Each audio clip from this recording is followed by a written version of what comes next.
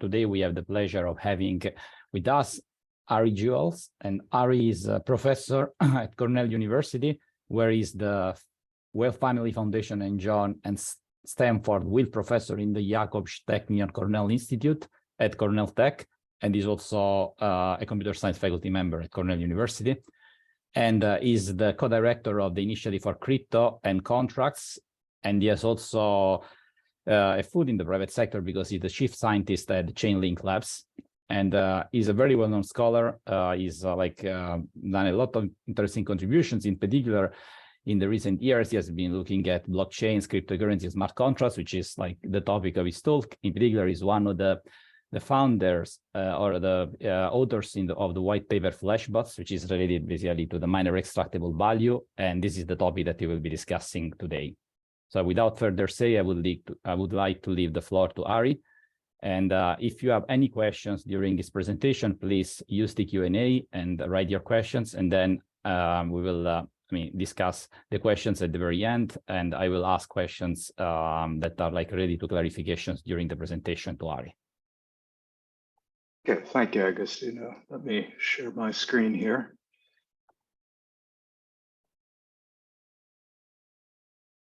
And is that visible? Yeah, it is visible. Perfect. Thank you. I'm going to talk today about what's called MEV. Originally, this stood for miner extractable value. Today, people tend to use the term maximal extractable value instead. And of course, I'll explain what that is in a few minutes. Back in 2014, the popular author Michael Lewis published a book entitled Flashbots. This was essentially an expose on high-frequency trading.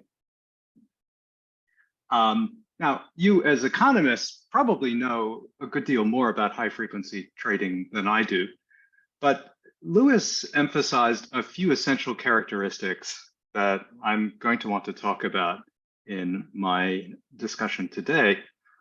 One of these is the use of arbitrage bots or algorithms, known as the automation of trades in an exchange or marketplace. Another is what I'll refer to as front running. And I'll use the term in a way that is probably a little different than the conventional usage on Wall Street. By front running, I in particular mean placing a trade that exploits that of a victim with foreknowledge of the victim having placed her or his order. And finally, Lewis emphasized the fact that high-frequency traders, as the term high-frequency suggests, spend a good deal of time thinking about how to make their trades fast. Fast, in particular, in the sense of with low latency. The book prompted a flurry of investigations and fines, FBI and SEC, and so on and so forth. As you know, the pros and cons of HFT are heavily debated. It's clear, for instance, that HFT increases market volatility. It does improve liquidity, and some argue that it's globally beneficial. Others believe that it's harmful. I'm not going to get into the question of whether HFT in particular on Wall Street is useful or not. But what's clear is that exchanges in the conventional world of finance are not a level playing field. Blockchains are meant to revolutionize traditional financial infrastructure. So as many of you know, Bitcoin was born amid the financial meltdown in 2008 and is advertised as a form of community currency, a peer-to-peer version of electronic cash, as the original Bitcoin white paper put it. And pundits like the Tapscotts, for instance, who wrote this popular book, Blockchain Revolution, have made breathless proclamations about how it's going to help build integrity into our institutions. And as you see from the quote, quote here, create a more secure and trustworthy world. So the question is it really going to do this? Or will this remark by John Kenneth Galbraith apply to blockchain systems?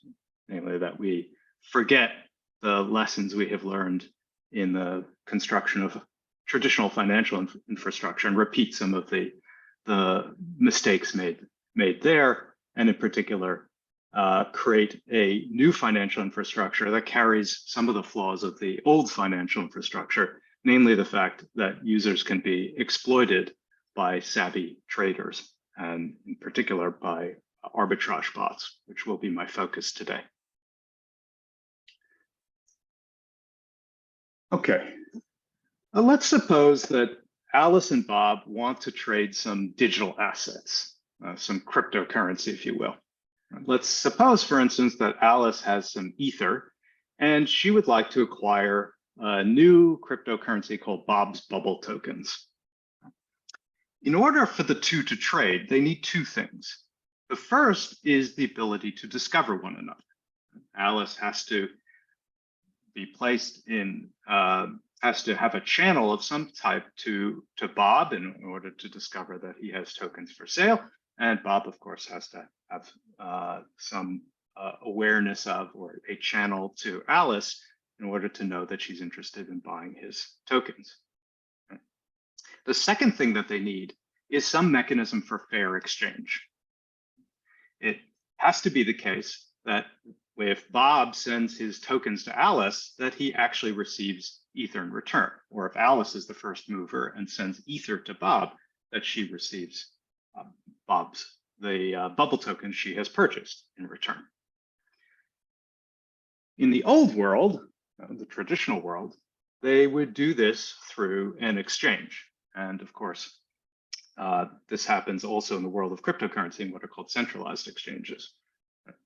What does an exchange do? Well, it facilitates discovery, but it also custodies assets to facilitate fair exchange. So in this case, for instance, the exchange might take possession of Alice's Ether and possession of Bob's bubble token. And if they want to trade with one another, it executes a swap. So Alice gets a bubble token and Bob gets his ETH in return. This is what happens if all goes well. If not all goes well, of course, it's possible that the exchange is hacked and assets are lost, or you might have an unscrupulous exchange operator who just runs off at the funds rather. Many cryptocurrency exchanges have been hacked. This is not an exhaustive list by any means, but this is a collection of relatively high-profile exchange hacks that occurred over the years. I haven't included some of the most recent. And one reads various statistics. It depends on how you value the stolen funds, but it's fair to say that billions of dollars of cryptocurrency have been stolen as a result of exchanges getting hacked over the past decade or so. Now, of course, an exchange doesn't have to be hacked for its users to lose money, as we learned in a rather dramatic fashion recently with the collapse of FTX rather. And additionally, as you may know, to add insult to injury here, FTX was also hacked in the wake of its collapse. So this is one problem that may ensue when Alice and Bob want to trade with one another. Another possible problem is that there may be a lack of counterparties. In other words, Alice may want to buy some bubble token, but there may be nobody interested in selling her bubble token at the time that she wants to buy it. Now, how can we address the two problems I just described? A natural approach for blockchain enthusiasts is to say blockchains solve everything, so we'll solve this problem by throwing a blockchain at it. How do we do this? We can replace a centralized exchange if the assets being exchanged are cryptocurrencies. Both assets are cryptocurrencies. We can replace the exchange with a smart contract. And as I assume you all know, a smart contract is an application that runs on top of a blockchain and inherits its trust properties. The code can't be subverted, can't be modified after the smart contract has been launched, and it's essentially guaranteed to execute as programmed. And this type of smart contract is referred to as a decentralized exchange. The most popular flavor of decentralized exchange today is what's known as an automated market maker. And this is really an interesting and clever idea. An automated market maker holds its own assets. The automated market maker, the smart contract itself, custodies cryptocurrency. And users trade against the smart contract itself. Let me give you an example of what a trade might look like. A popular type of AMM is what's known as a constant product AMM. So let's suppose we have two assets, 1 and 2, and the AMM contains A units of the first asset, in this case, Ether, 10 units of Ether, A is equal to 10, and B units of the second asset. So here we're talking about bubble token. There are 6 units of bubble token. The way the AMM works is it maintains an invariant. The invariant is that A times B is equal to some constant C. And the constant C depends on the quantity of assets that have been deposited with the exchange. It can actually vary over time, but assuming that there's no change in the assets deposited by liquidity providers, it will remain the same. So we can just think of C as constant here.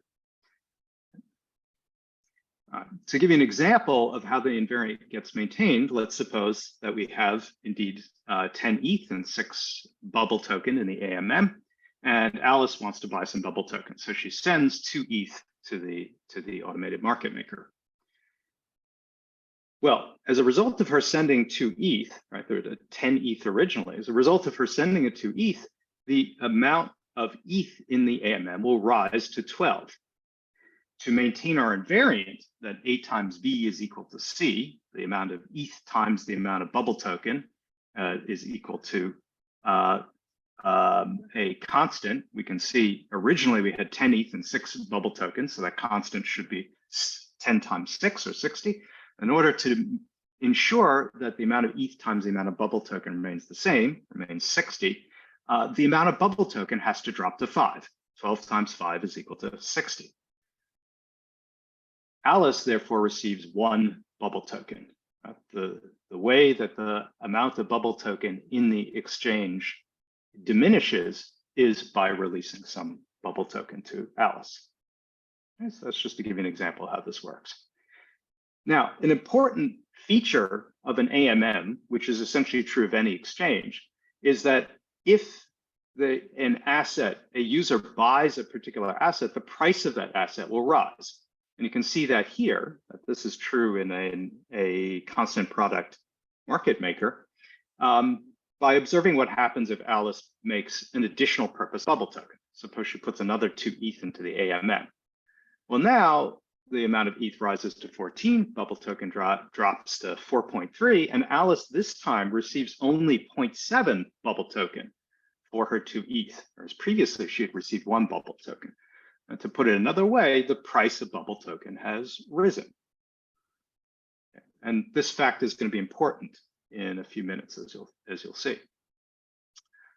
Well, this is all well and good, but there are a couple of unfortunate facts about decentralized exchanges, and in fact, any type of decentralized financial instrument. The first is that transactions in blockchain systems are, of course, public. And if Alice places an order with an AMM, that means that she's sending a transaction to a blockchain, and her transaction is passing through a type of queue called a mempool. Before her transaction gets processed, it will sit in the mempool, and it will be observed, can be observed by anyone at all. The mempool is public. It can be observed by benign or not so benign actors in the system. So this is the first, as you will see, unfortunate fact about blockchain systems. The second, and this is a somewhat subtler one, is that transaction ordering in blockchain systems is centralized, ephemerally centralized. What do I mean by this? I mean that when a collection of transactions enters the mempool and is taken up for processing by what used to be called a miner, and is now called a validator, the validator gets to decide unilaterally how those transactions are going to be ordered in a block. These transactions may have entered the mempool in the order transaction 1, transaction 2, transaction 3, but the validator is perfectly free to assert a completely different ordering. It might, for instance, decide to swap transaction 3 with transaction 2. And this fact ends up being critical in the way that user transactions get processed and in the value that users receive for their transactions. Well, why is transaction ordering so important? So what? Why does it matter that a validator gets unilaterally to decide how transactions go into a block?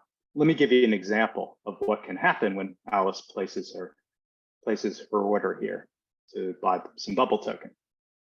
It may be the case that if no one else is interacting at the same time she is, or in proximity to her transaction, at the same time that she's interacting with a DEX, that when she sends 1,000 ETH to the DEX, she gets 1,000 bubble token. And the price at the time that she would trade in isolation would be 1 ETH per bubble token.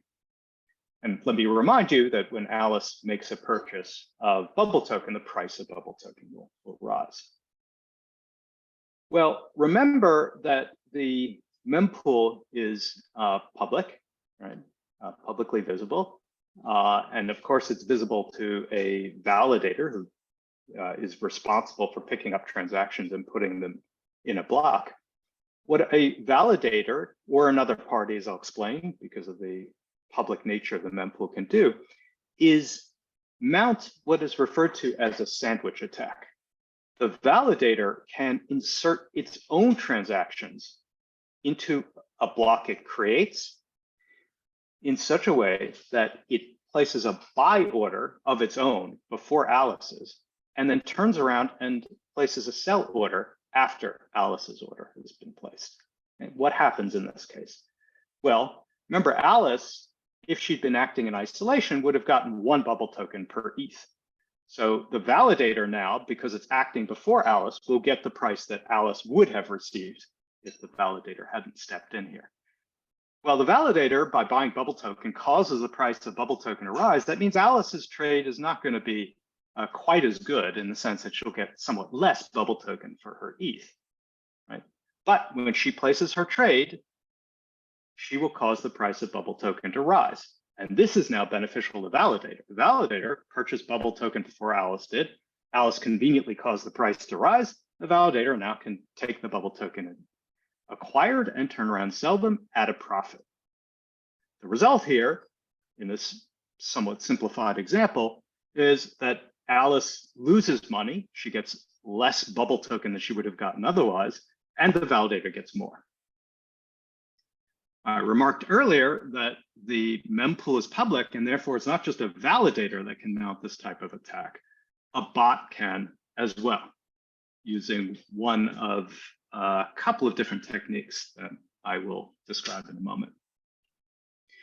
We first observed, documented, measured, and studied this behavior in my group in a paper published in 2020, first released in 2019. We titled the paper, in homage to Michael Lewis, Flash Boys 2.0.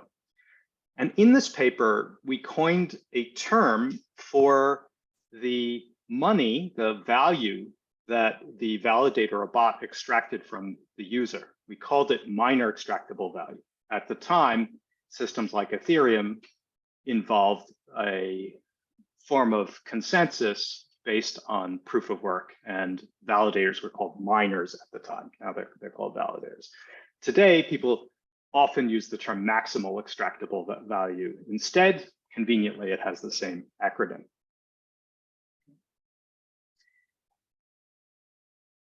At the time that we conducted our study and published our paper, the typical pattern of exploitation of a user transaction looks something like this.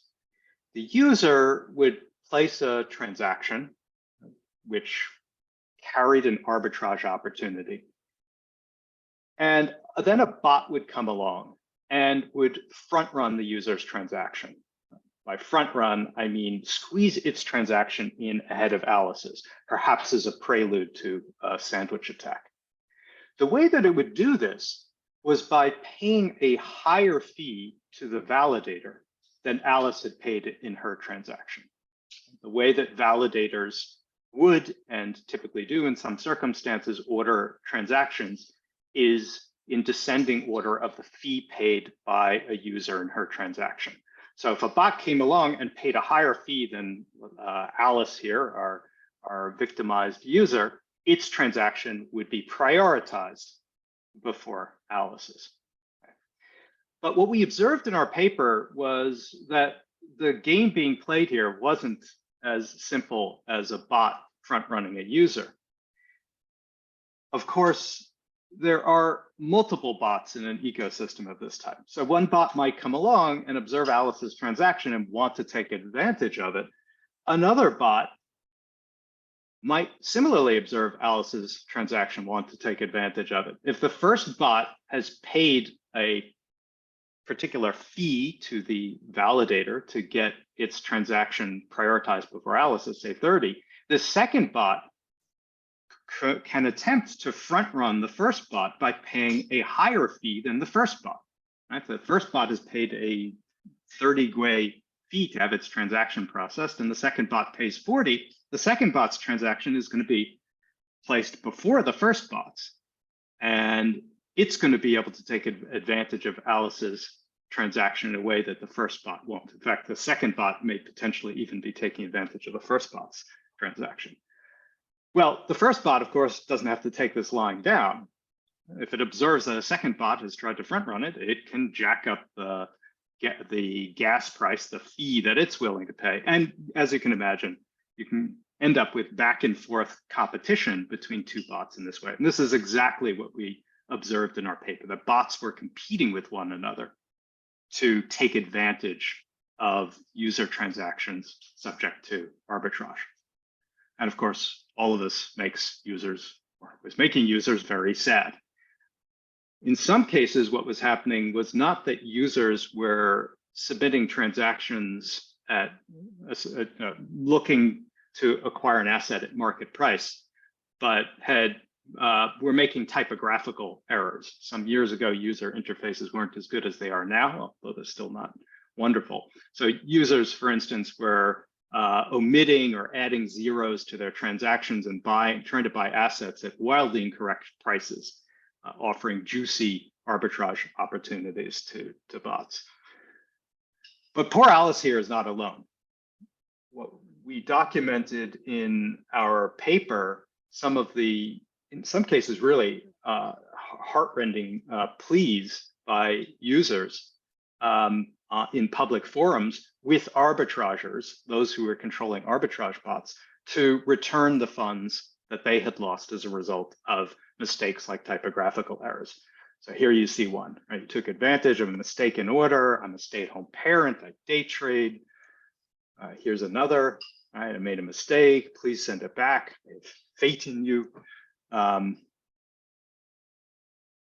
Please, this was an accident, I'm a single parent. And these go on and on and on. Perhaps the most disturbing we found was this one.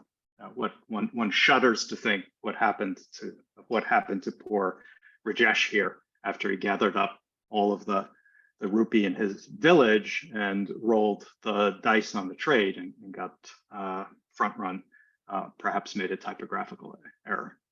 There are many pleas of this type in public forums. So as I said, these bots compete with one another. We're competing with one another by jacking up the fees they're paying to validators, by jacking up what's called the gas price in Ethereum. And we refer to this competition between and among bots as a priority gas auction. Implicit here is a type of auction in which the bots are essentially bidding for the right to have their transaction placed in pole position. This game played by bots, this auction in which they were engaging, turns out to be a very interesting one. If you think of it in game theoretic terms, it's a game with imperfect information. It happens in continuous time. A bot can submit a transaction to the mempool at any time it likes. It also has a characteristic known as partial all pay. When if one bot is front run by another bot, the second bot's transaction will, in many cases, fail. It will end up paying a fee for its transaction, but the transaction itself doesn't get executed. So you can think of the bot who has lost the auction as paying a small penalty for having done so. The duration of the auction, very interestingly, is probabilistic. These bots can go back and forth, bidding up gas prices until a block gets formed, until a validator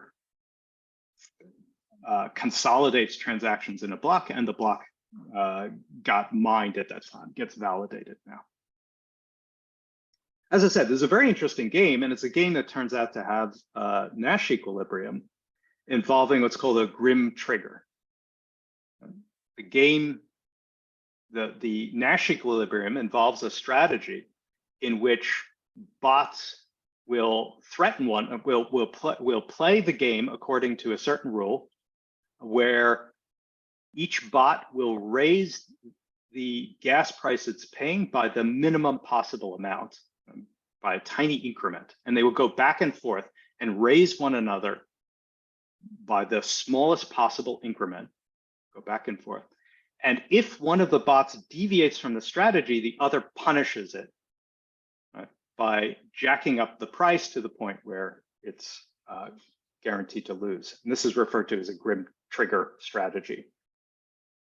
And what we observed was, in practice, that bots originally did not adopt this equilibrium strategy, but over time they ended up converging toward it. So another nice feature of this game is that it served as a model for bot behavior that with real predictive power.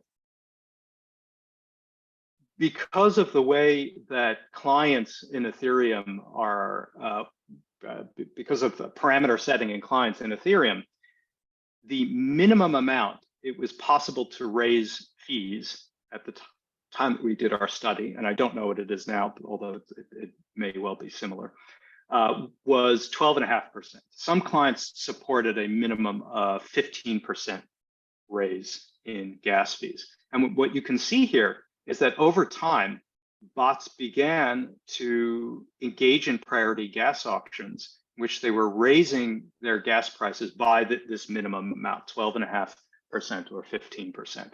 Whereas originally, as you see on the left, early in time, they had experimented with different strategies where they were raising gas prices by significantly more. So as I said, the nice thing here is that our mathematical model actually was predictive of real world behavior. Additionally, as our model showed, bots are at an advantage if they act fast. If one bot can execute a raise in its gas price immediately after another bot has submitted its transaction, right? Bot 2 raises its gas price just after bot 1 has submitted its transaction. Bot 1's transaction essentially gets immediately invalidated. And this obviously accrues the advantage of bot 2. So speed matters here. Now, speed matters on Wall Street and it has always mattered. And high frequency trading firms will go to great lengths to reduce the latency in their orders. An example in Michael Lewis's book, in fact, I believe the book opens with a description of the creation of the laying of this fiber optic cable. An example was a company called Spread Networks, which invested $300 million to create a fiber cable connection between the Mercantile Exchange in Chicago and servers in New Jersey, serving, of course, Wall Street exchanges. This fiber optic cable cut the latency for transactions traveling from Chicago, for data traveling from Chicago to New Jersey, from a mere 16 milliseconds to 13 milliseconds. So, as I said, high-frequency trading firms are willing to invest enormous amounts of money to reduce their latency.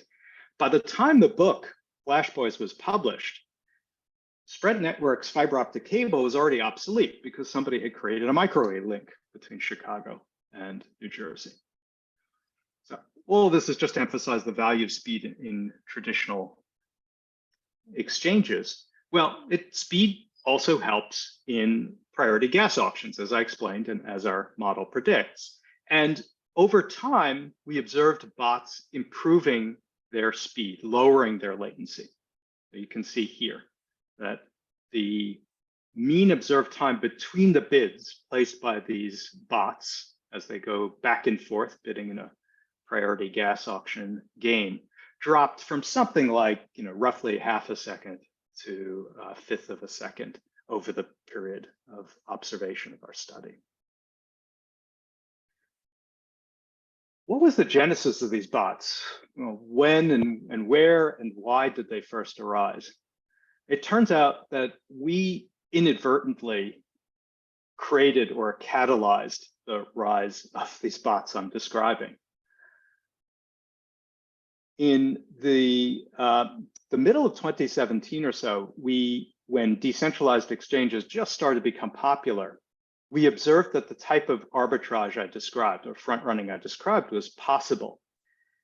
We wanted to warn the community, in particular, about what were at that time the two most popular decentralized exchanges, 0x and EtherDelta, being vulnerable to this type of arbitrage. In the traditional practice of cybersecurity, there's a notion called responsible disclosure. If you discover a bug in a piece of software, the received ethical practice is to approach the manufacturer and let the manufacturer know about the bug before disclosing it publicly. Unfortunately, decentralized systems don't have a natural point of contact in many cases to which a bug can be reported. We had no idea who was running EtherDelta at the time, for instance. So the only way to make a disclosure was publicly. We did this by writing a blog post warning people of the risk of being front run should they trade with decentralized exchanges. And as I mentioned, we made this observation around mid-2017, published this blog post in August, and here was the result. So here you see a figure depicting the amount of arbitrage opportunity over time. Different lines here represent arbitrage with respect to different decentralized applications. Here's the point at which we published our blog post. Right, so there was a tiny bit of arbitrage before we published our blog post, but within weeks of its being published, arbitrage activity exploded. I don't know what the moral of the story is. I think we had a duty to alert the community to the risk. I don't know how we could have done this in a way that would have minimized its impact. Well,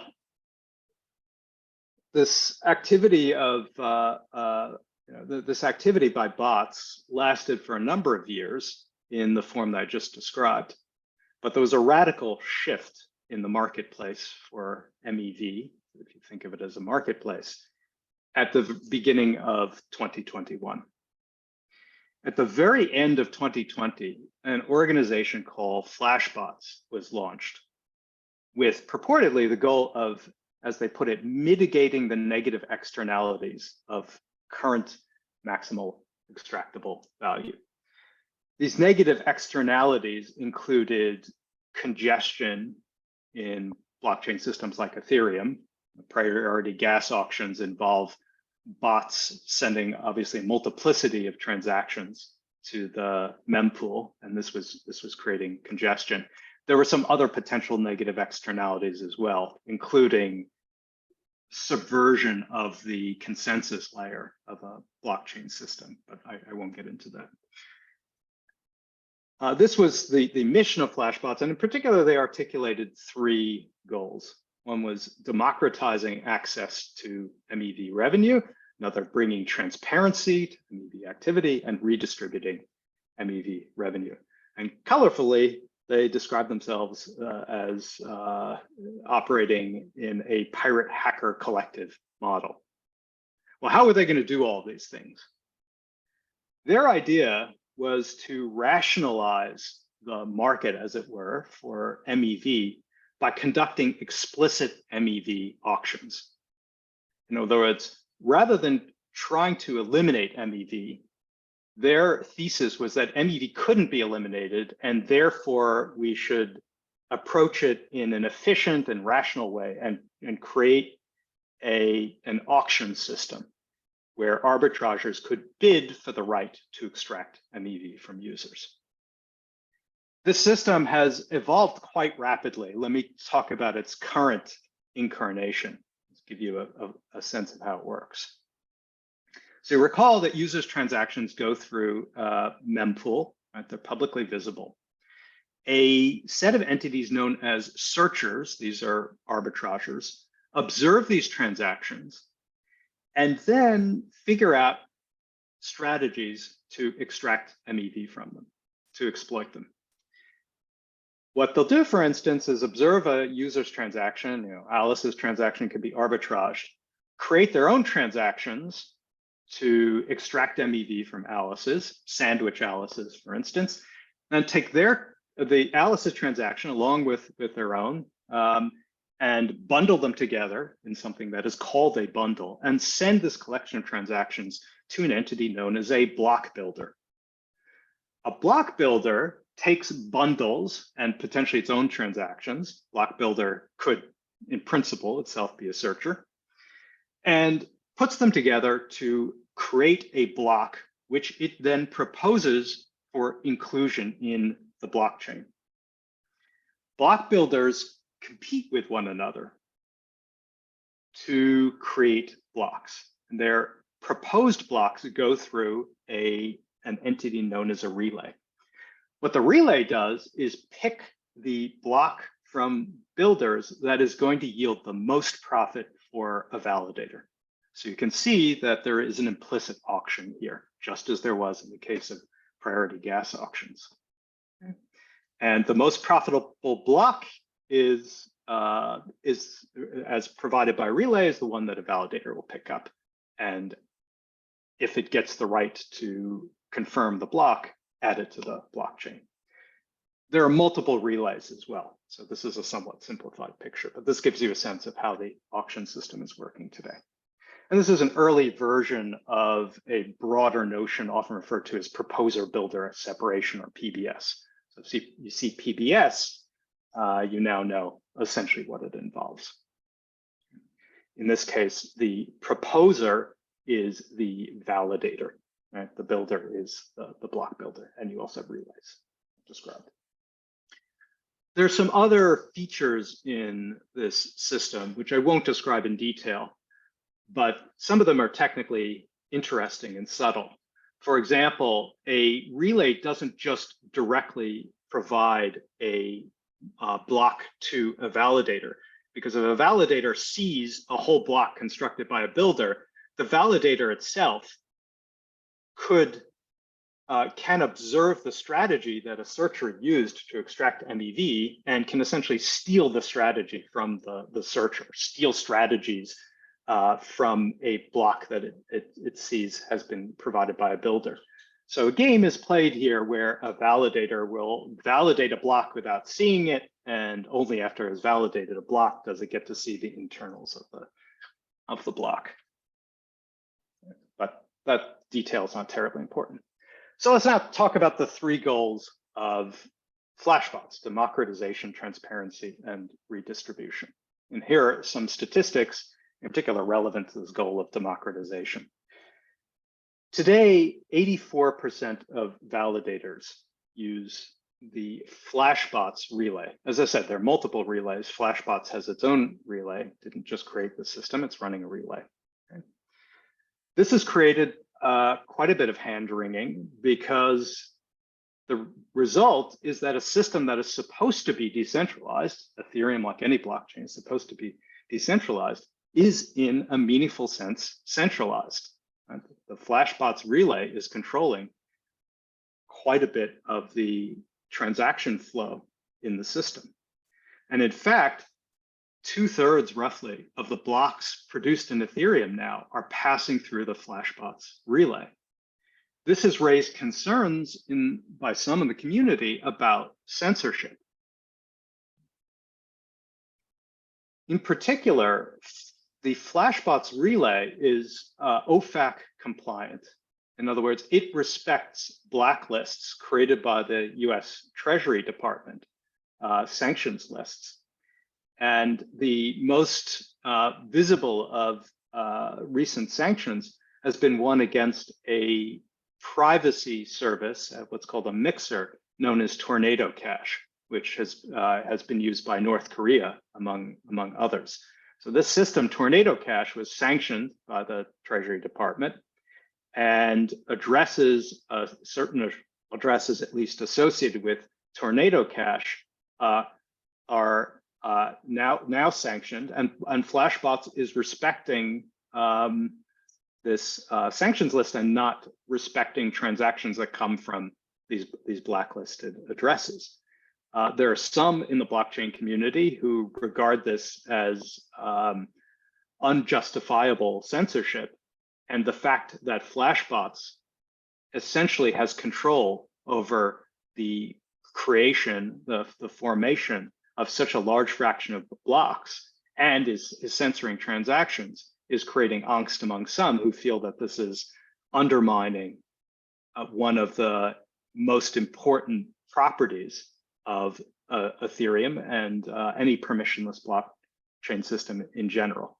I'm not sure that I personally believe that censorship is unjustified in this particular case or in general, but all this is to highlight that this goal of democratization remains an aspiration.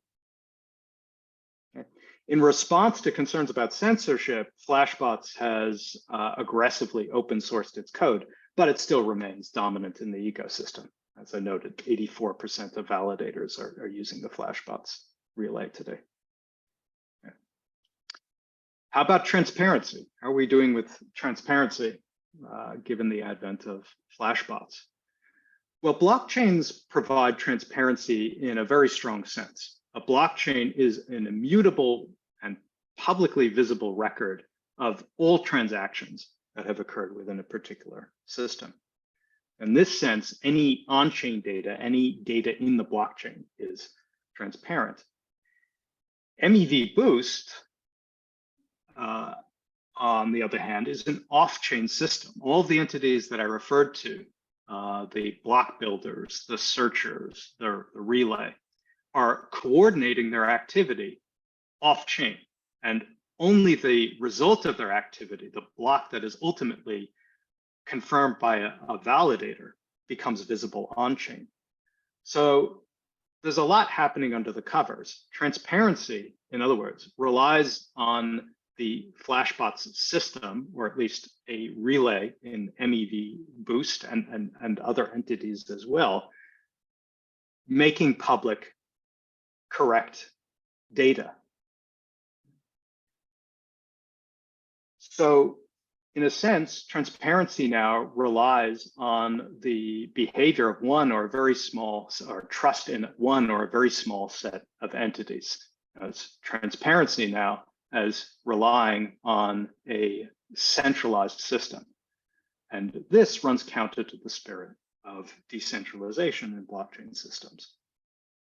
Now, to be fair, the fact that there's an MEV marketplace, that these auctions, which were previously implicit in as in the form of priority gas auctions, the fact that this has now become explicit does provide a certain degree of transparency. But it's not clear that it's providing more transparency than would have been achieved merely by monitoring ongoing priority gas auctions in the old system, as it were. How about redistribution?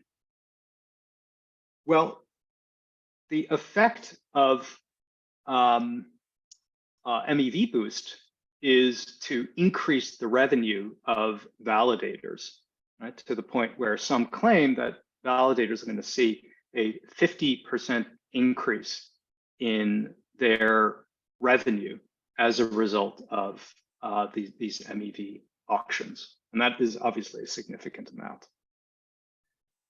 Before the advent of flashbots and MEV boost, profits from MEV extraction were distributed between what would be called searchers today, those arbitrage bots I alluded to previously, and validators or miners. The fees that bots were paying to get their transactions prioritized in the system as I described it were being paid to validators. So you can think of the bots as bidding in an auction held by a validator, as it were, for priority processing of their transactions. Now, of course, the arbitragers, the arbitrage bots, were also obtaining a profit from the MEV that they were extracting. This was the reason for their submitting their transactions to begin with. In the current model, profits are distributed among searchers, arbitragers, who are still extracting MEV, and validators, who are receiving fees or payments from searchers, and by builders. But you'll notice that there's one class of user that's not receiving MEV-related profits, and that is users, those from whom the MEV is being extracted to begin with.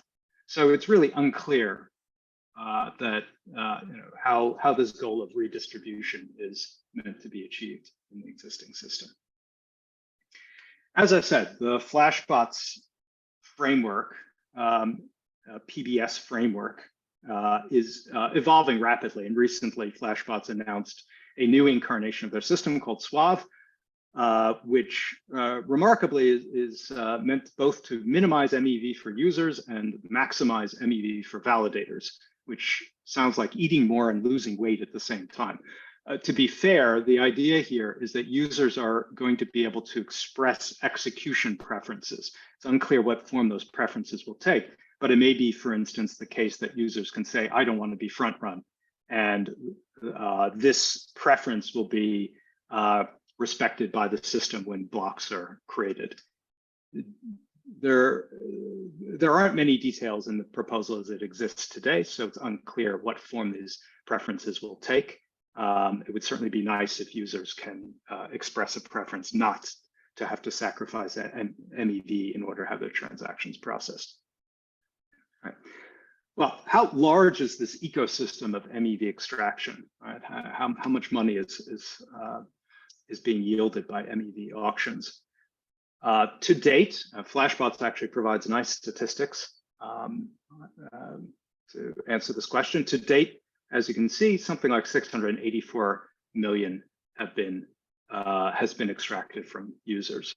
And this is a gross underestimate for a couple of reasons. One, this figure here captures only certain classes of MEV. And second, this is the amount of MEV captured in decentralized, captured on chain from smart contracts. right? So this is really just the tip of the iceberg, because DEX exchange volume is only about 1,000 of the total exchange volume in the full ecosystem. That's to say, most trades are going through centralized exchanges, not DEXs. Right?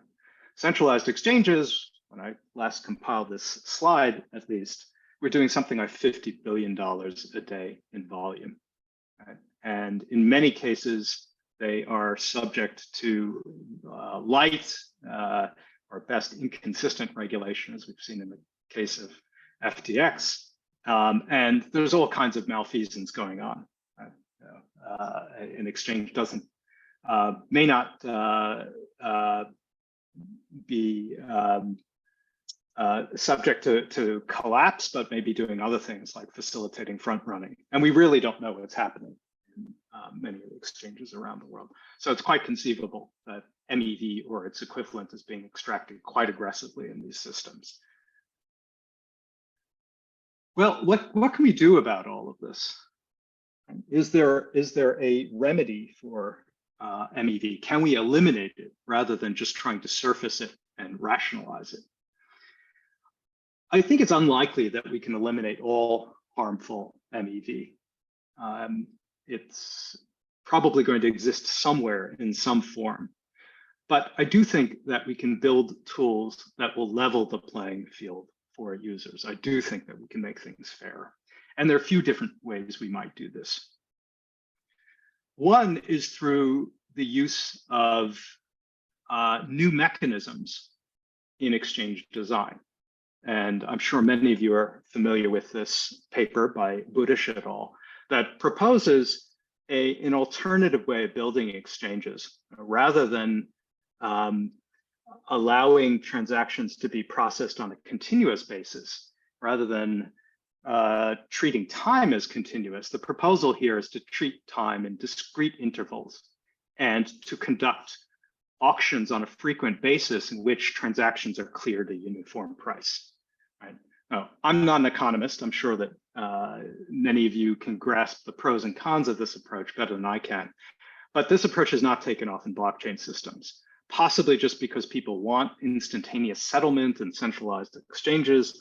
In the case of decentralized exchanges, this would probably be undesirable because it doesn't mesh well with certain properties, desirable properties of smart contracts, like what's called atomic composability, the ability of the user to create a transaction that interacts with multiple smart contracts in immediate succession, atomically, as computer scientists call it. Right. Let me talk about a different approach to addressing this issue.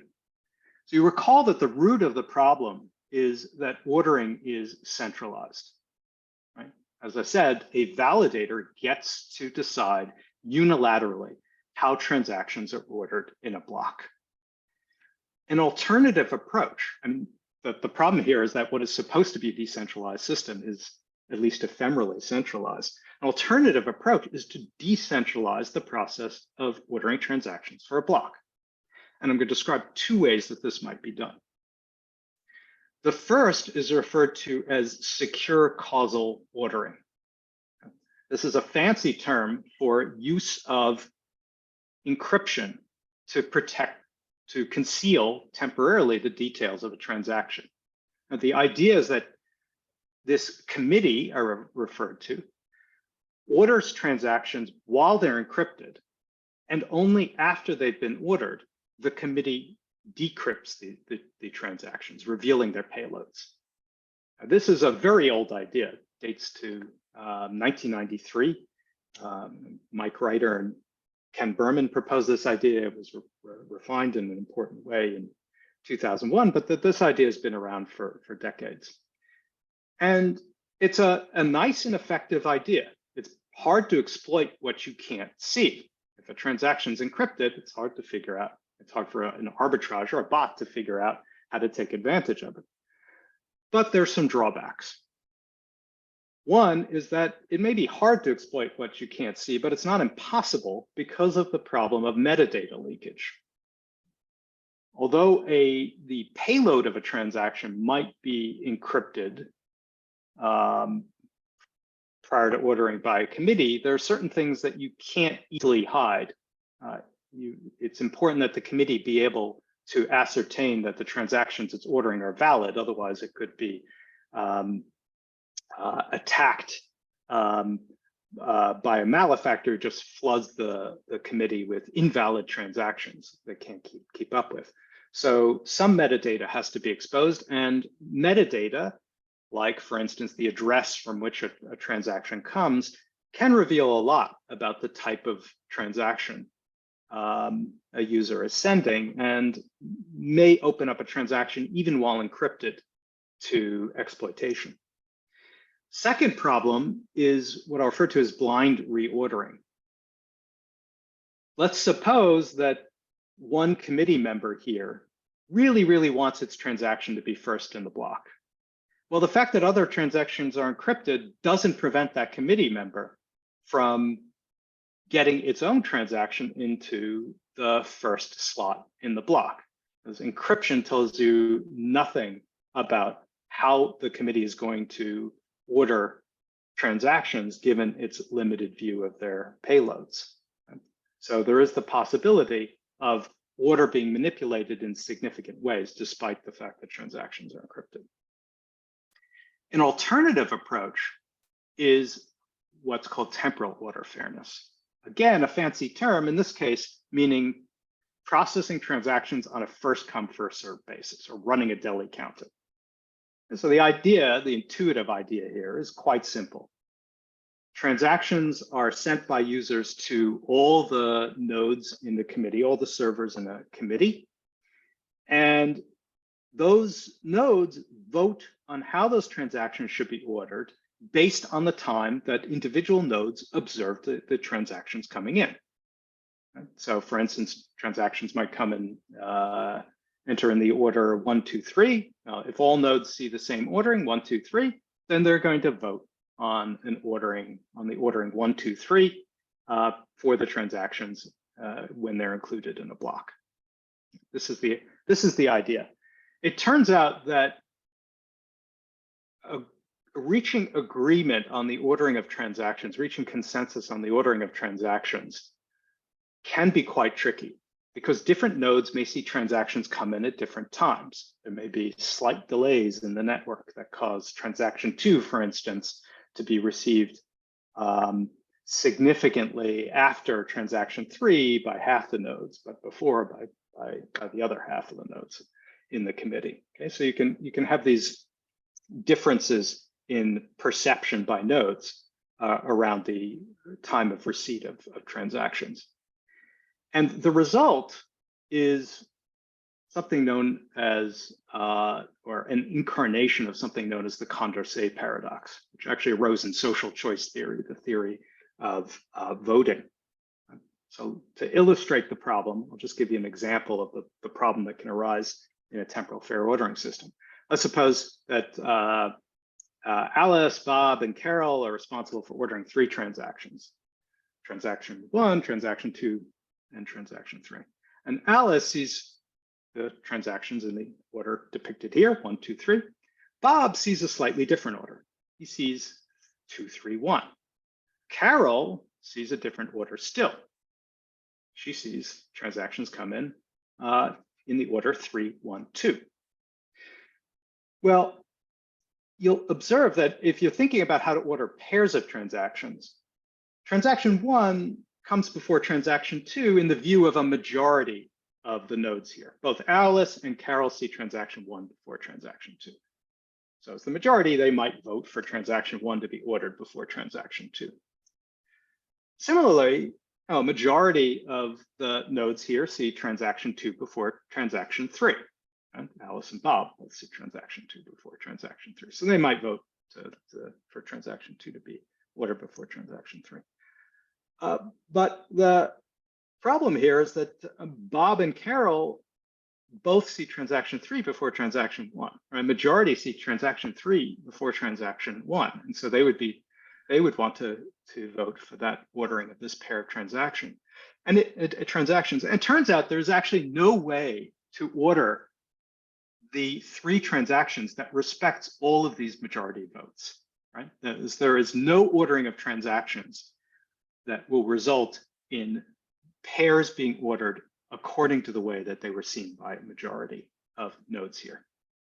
This paradox lies at the heart of the challenge of making temporal fair ordering work. Well, I'll give you an example with 3 transactions. It turns out that what we refer to as Condorcet cycles of these paradoxical interleavings of or differing orders of transactions can be arbitrarily long. The good news is that when you have a Condorcet cycle, as it's called, when you see a paradoxical ordering of this type, you can basically lump those transactions together, pretend that they all arrived at the same time, and can batch them. And the result is a notion of fairness that's reasonably strong. And in practice, this type of paradoxical observed ordering doesn't arise very often. Well, we showed in a paper in 2020 that it's possible to order transactions in the way that I described. We formalized a notion we call batch order fairness that achieves this type of temporal ordering. But in our first paper, the scheme we proposed was not very efficient. In a recent paper, we've come up with a scheme that orders transactions temporally in a way that deals with these Condorcet cycles. That is very practical.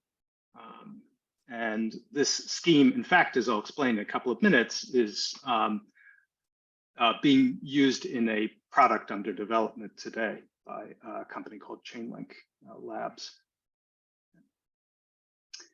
Well, temporal order fairness has a couple of nice properties. It doesn't rely on secrecy, so you don't have to worry about the problem of metadata I described in the case of secure causal ordering.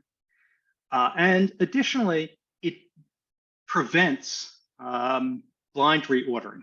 Right? I mentioned that the fact that secure causal ordering does nothing to prevent blind reordering was a drawback. You don't have that drawback in a temporal fair ordering system. The catch here, the temporal fair ordering system, is that it relies on some critical and fairly delicate network assumptions that probably hold in practice in most cases, but could potentially be violated. The nice thing, as it turns out, is that you can combine these 2 approaches. You can take a bunch of encrypted transactions, you can order them according to the time they're received. You can approximate first come, first serve ordering, and then you can decrypt the transactions. And this way you can hedge against failures or undesirable properties in either of the 2 protocols. As I mentioned, this temporal fair ordering system we device called Themis is being used in a product under development by Chainlink Labs, a system called Fair Sequencing Services, whose goal is to try to minimize MEV where possible. And as a disclaimer, I'm a chief scientist of Chainlink Labs and have been involved in the development of this product. Well, I've mentioned the idea that we can replace responsibility for ordering by a validator by ordering through a committee. We can decentralize this process of ordering. But how can we do this in a practical way that's not going to require aggressive modification of existing systems?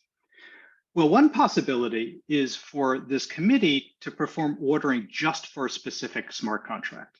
You can instrument a smart contract so that it will only accept the ordering asserted by a committee, irrespective of what a validator does.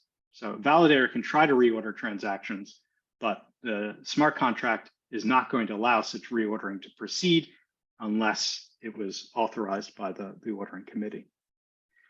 You can do the same for what are referred to as rollups, for those of you who are familiar with rollups, which are a mechanism for achieving higher transaction throughput in blockchain systems. You can have a committee responsible for ordering transactions within the rollup. And you could, in principle, slot a system like this into MEV Boost. For example, BlocksRoute, one of the organizations that runs relays in MEV Boost, has a so-called ethical relay that is supposed to prevent front-running or exploitation of users. And so you could have an ethical block builder that uses these ordering techniques I described. Now, some argue that this idea of having fair ordering committees isn't going to work, right? Because it is possible, in theory, for an arbitrager just to bribe the nodes in a committee to allow it to extract MEV from one or more users. How are you going to prevent this? And the fact that we essentially have systematized bribery in MEV Boost, you can think of, and in fact, some people describe MEV Boost. You can think of MEV Boost. Some people describe it as a system for bribery of validators, organized system of bribery of validators by arbitragers. Right? So we're already seeing rational behavior. Why should we think we're not going to see rational behavior? And should a fair ordering committee be created? Well, one important point to make is that we don't see rationality everywhere. If we saw rationality everywhere, then all blockchains would break. For example, a majority of Bitcoin miners could get together and exclude all the other miners. They could basically take over the network. And it is hypothesized that they don't do this because this would undermine confidence in Bitcoin and therefore diminish the value of the investment of Bitcoin miners in mining equipment and diminish the value of the Bitcoin that they have earned. So the point here is that we need to consider exogenous effects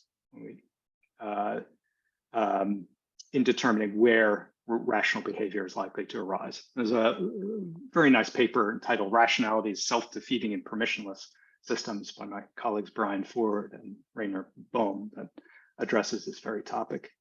I urge you to have a look at. Bribery could also be defeated using mechanism design. If we can detect manipulation of transaction ordering, then we can penalize it. And then rational behavior is no longer rational, or what would have been rational behavior is no longer rational. This is a current topic of research in my group. Finally, of course, MEV extraction could be regulated. Could be regulated, or it may be that users become so outraged at the fact that they're being exploited by arbitragers and systemically exploited by PBS and PBS-like systems that they decide they're no longer going to use blockchains where that type of exploitation is permitted.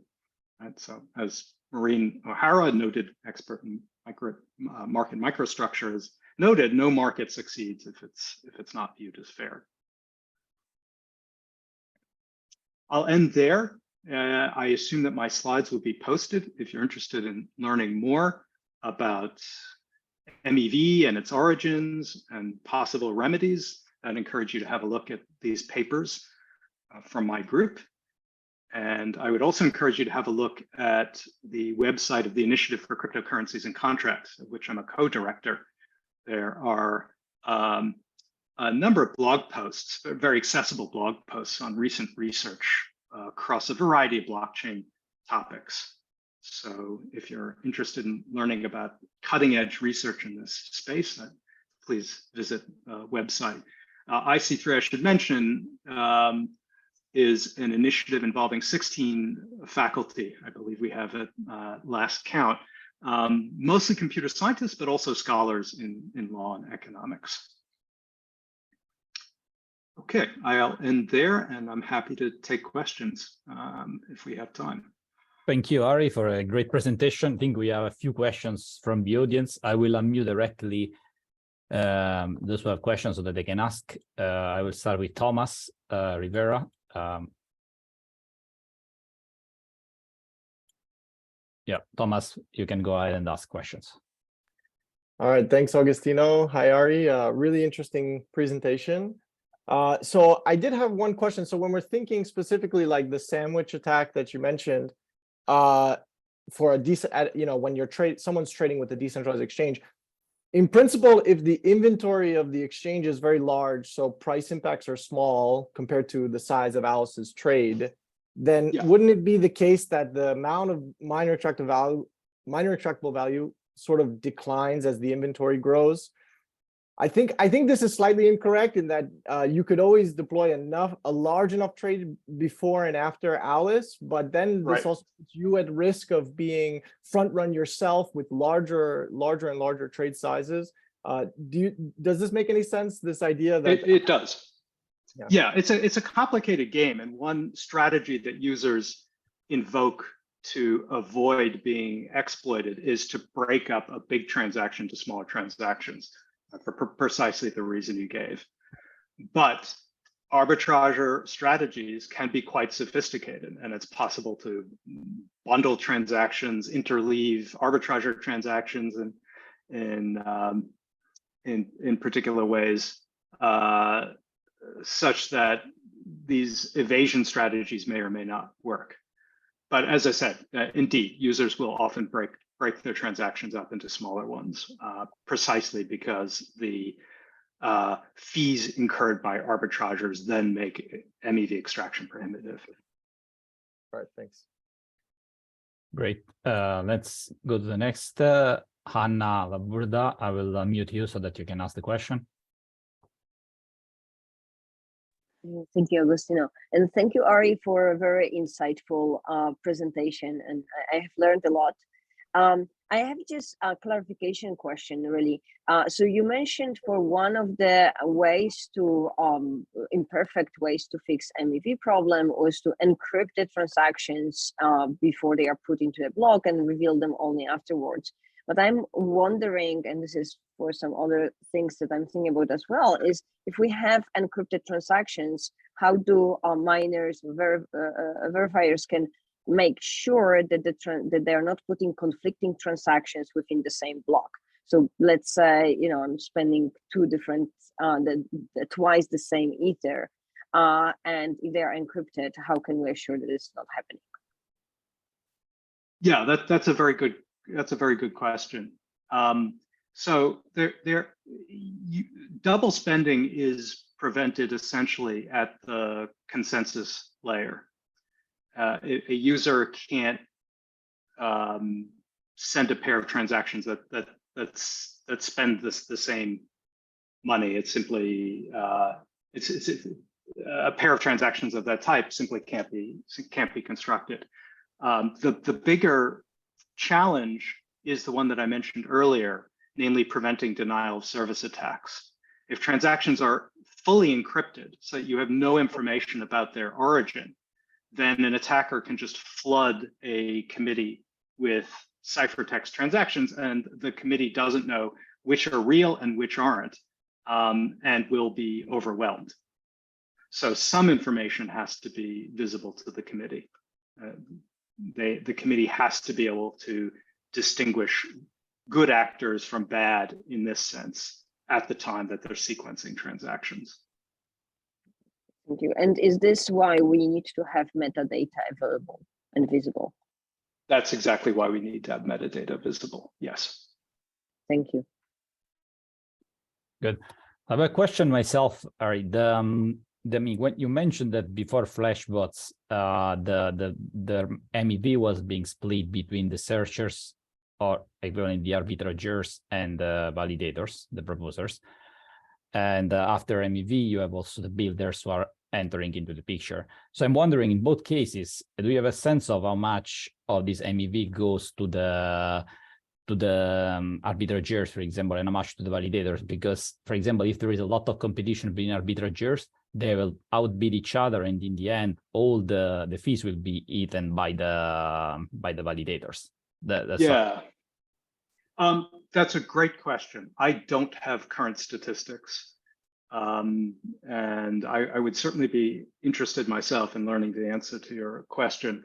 I do know that there are many cases in which the phenomenon you described of arbitrageurs essentially having to give up the vast majority of their MEV gains to validators does happen frequently, but I don't know the exact proportion of profit by the various actors in the system.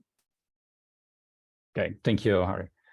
Yeah, I think in the interest of time, I know that there are a few other questions in the chat, but perhaps you can contact Ari directly and follow up with him. Feel free to send me email. Yep. Yeah, exactly, for my and Nir. I would like just to close like the session and thank Ari for a great presentation.